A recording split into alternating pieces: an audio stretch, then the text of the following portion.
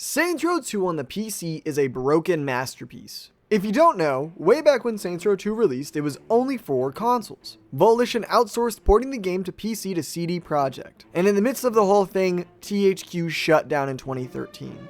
And Saints Row 2's PC source code was lost for over a decade, leaving the game a broken mess on Steam.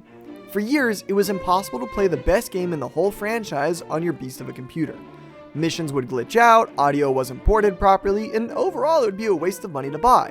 Which is why I bought it twice.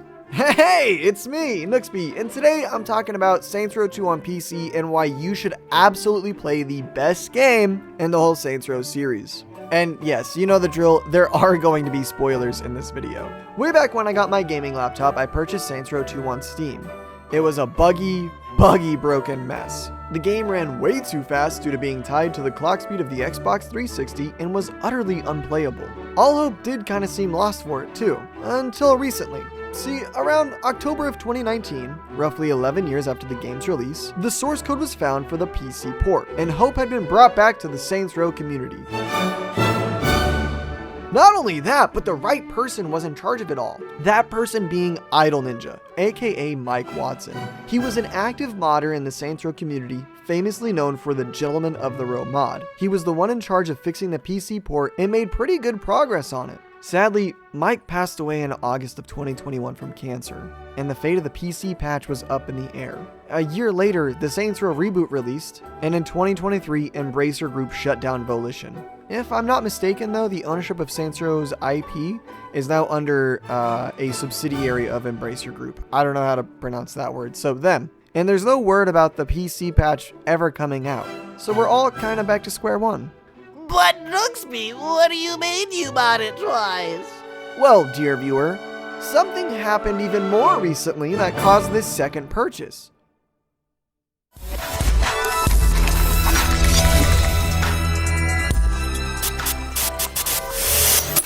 This video popped up in my YouTube recommendations, and I was curious if it actually worked. So, by the way, Saints Row 2 isn't only on Steam, it's also on GOG.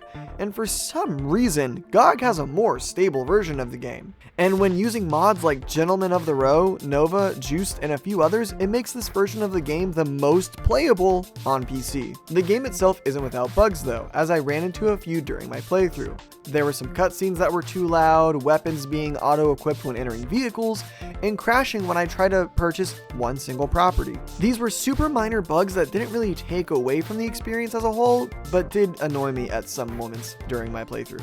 The reason my game didn't have as many bugs though was due to the mods being installed. Again, this is the most stable version on PC. Not perfect, but not as broken. Saints Row 2 is a classic game that everyone should play at least once. There's so much personality in this game. The NPCs are so unique. I mean, look at this guy breathing fire in the mall, or this Ronin sitting on their helmet. Not only that, but look at the people with umbrellas or oxygen tanks. The city itself also has so much life to it. Stillwater is so beautiful. Check out these statues in the trailer parks or the university center. There are so many little details and areas in the game that even I haven't seen yet. To me, it's a shame that the rest of the series doesn't live up to the hype and high standards that 2 sets. And since my playthrough was modded, I did have an infinite amount of respect, allowing me to do missions back to back while not having to do any sort of side activity. Another great thing about this game is that you can tackle any mission in any order. You want to take on the Sons of Somebody first? Go right ahead. You want to take out the Ronin after that? Hell yeah. You want to take out the Brotherhood last? Amazing. And while taking on any of these 3 gangs in any order doesn't affect the dialogue in any way, this choice of freedom allows us to feel like we're actually in control of taking over the city. The customization in Saints Row 2 is the best in the series, allowing shoes, socks, underwear, pants, shirt, overshirt, necklace, rings, watches, and more to be put on your character's body. Not only that, but the vehicle customization was great as well. There's not much I can say about the combat of Saints Row 2 either. It's great for its time. And I like that after you beat certain lieutenants and bosses, you can unlock that gang's fighting style. And I do appreciate that each boss fight is different in its own respect. I also love that I can pick up almost any object in this game and throw it or hit people with it. The driving feels so good in this game. Some vehicles feel bouncy while others feel stiff, but these aren't problems at all.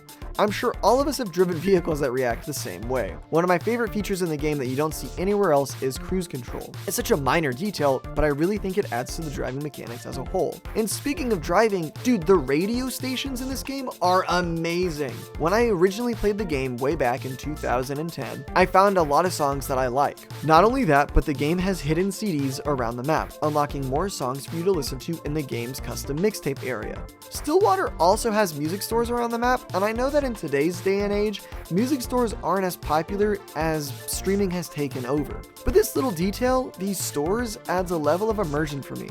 I mean, I have a collection of 90 CDs in my living room, and it's growing. The enemies in this one don't feel bullet spongy either. I mention this because it does feel kind of problematic in the later games. The gameplay here doesn't pause either when you open the weapon wheel. This also becomes an issue in the later games. The guns are fun to use, and I stuck to dual-wielding pistols, using a shotgun, as well as a submachine gun for most of my playthrough. Now, the story of Saints Row 2 is fantastic, and here is your spoiler warning.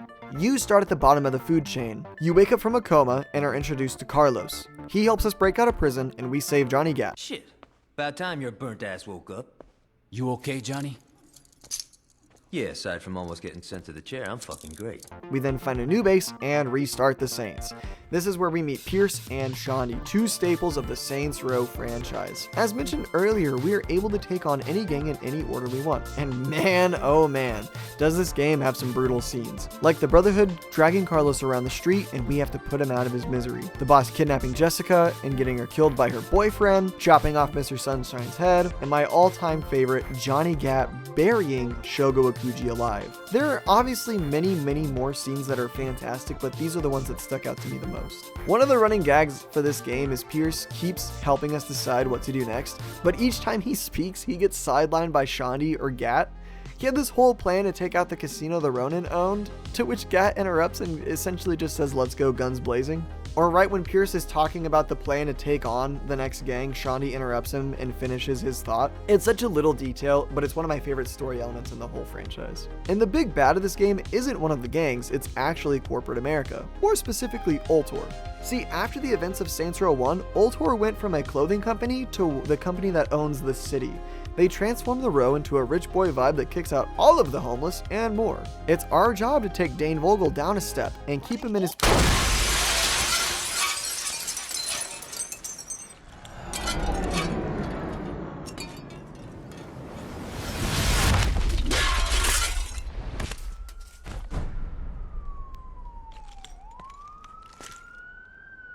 Oh. Or that. I guess that works. Hell yeah, we own the city now. And this isn't the last time we see all of these characters though.